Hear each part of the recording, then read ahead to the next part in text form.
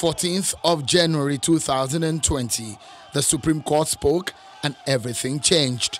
Emeka Ihedioha ceased to be governor, removed, and Hope Uzodinma holds sway as Imo State governor.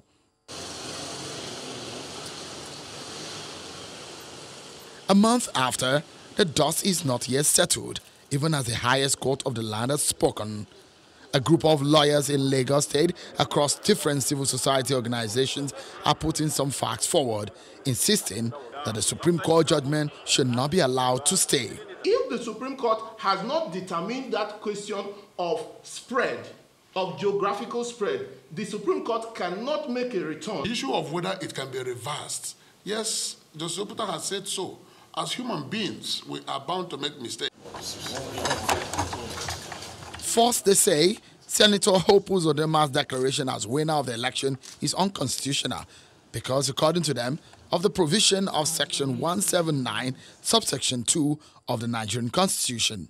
That portion reads, for a candidate to be declared as duly elected, he or she will not only have to have the highest number of valid votes, but also should have a spread of 25% of the votes in 2/3 of the local governments in a state. In the case of Imo State, 2/3 of the 27 local government areas is 18. On the flip side, they are also arguing that Emeka Ihedioha of the PDP did not also meet the constitutional spread required by the Constitution, having scored 25% in only 14 out of the 27 local government areas. Either the PDP's candidate or the APC's candidate had 2/3 across the state. PDP had 14, APC had 2. So if we are even saying 14 didn't get it, how then does 2 get it?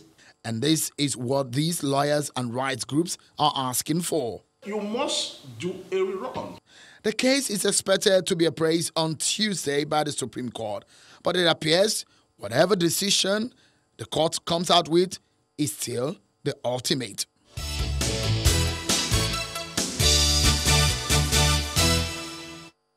All right, welcome back. So it's going to be, well, in a manner of speaking, yes, you can say it will be a big day because how will the Supreme Court go? You know, there are those who don't even know if the Supreme Court can do what they're about to do, if they've done what, who knows what they're about to do anyway. Well, we have Mr. Jiti Ogunye on the line with us this morning. He's a legal practitioner. Good morning, Mr. Ogunye. Thank you for joining us today. Yeah, well, good morning. The thing about this is, yes, we've heard lawyers say, look, the courts are not, if there are no new pleadings in the matter, could you tell us, I mean, for instance, on what grounds can this judgment be any different from what it is from the Supreme Court? The Imo case for today. Well, let me first say that we have to be guided. Because ordinarily, save for reason of public interest, which may permit us to discuss a case that is pending before a court, we are not expected, whether we are counsel in the matter or counsel generally or members of the public, we are not expected to discuss the merits of a live case before any court, more so the Supreme Court. But for reason of public interest, we are permitted to discuss generally the case without dictating how the case will turn, where it will turn, etc., etc.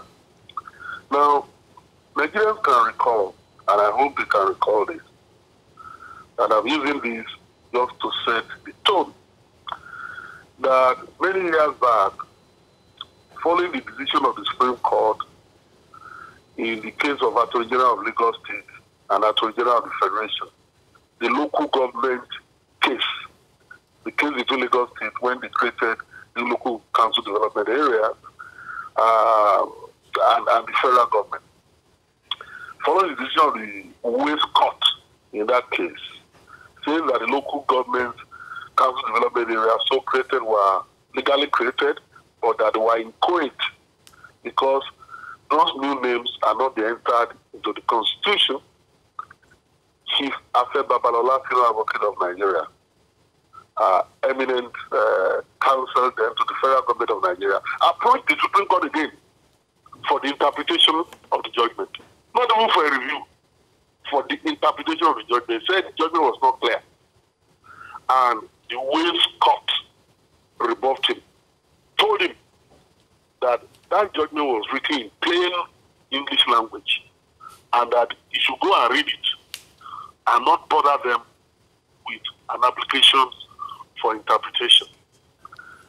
I recall that to make the point very clear that usually once the Supreme Court decides a case, that case has been finally decided. It is said that there must be an end to litigation. That's why it is the Supreme Court.